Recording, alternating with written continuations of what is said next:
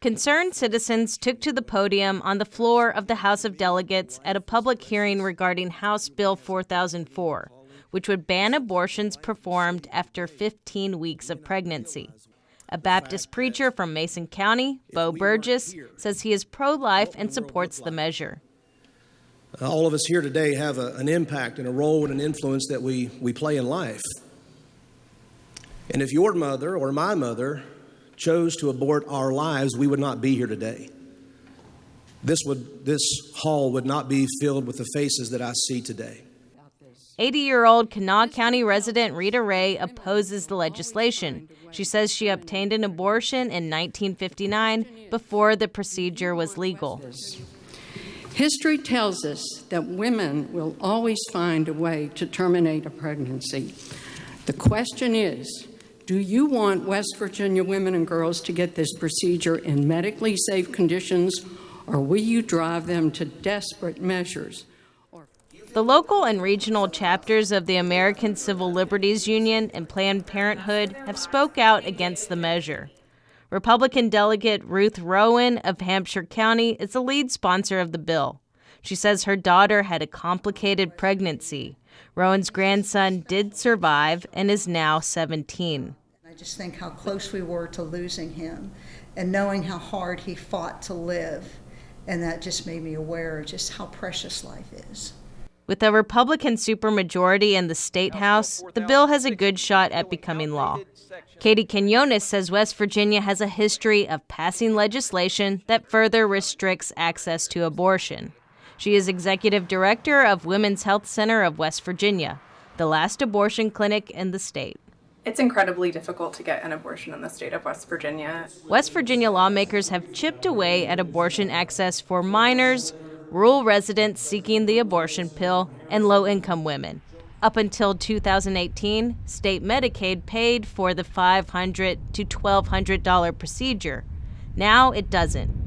Quinones says these state mandates build on other time, financial, and travel constraints. Not to mention the potential for, a lost day's work wages to come get your abortion, having to find childcare because we know that the majority of people who access abortion are already parents themselves.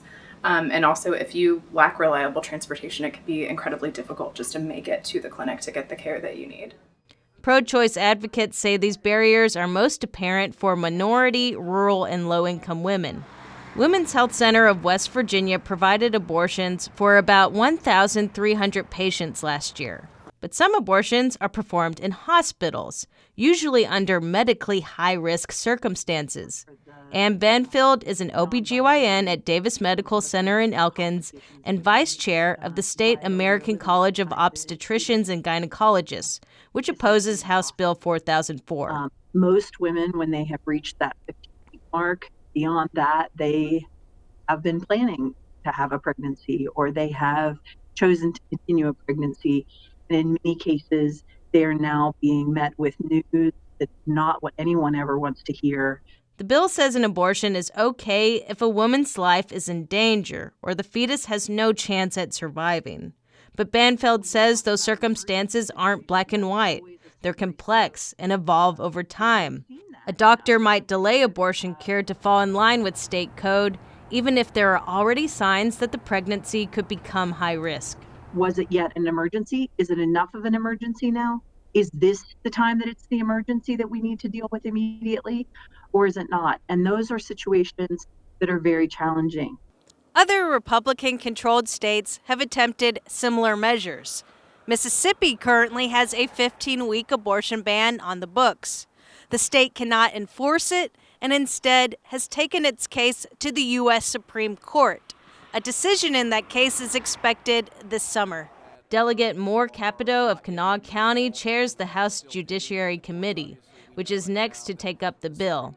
He says that legal limbo will be considered to an extent. The outcome of that will obviously have some impact on the disposition of this law, were it to carry through both bodies and be signed by the governor. But that's not something novel that we have done. We've done those things before. As far as going down a road, I think we go down roads all the time. The bill's sponsor sees no reason to wait. We need to start somewhere. And in saying that, Mississippi's done it, and we can do it too. And I feel the more people that will stand up for our children, our babies, the better. For West Virginia Public Broadcasting, I'm June Leffler.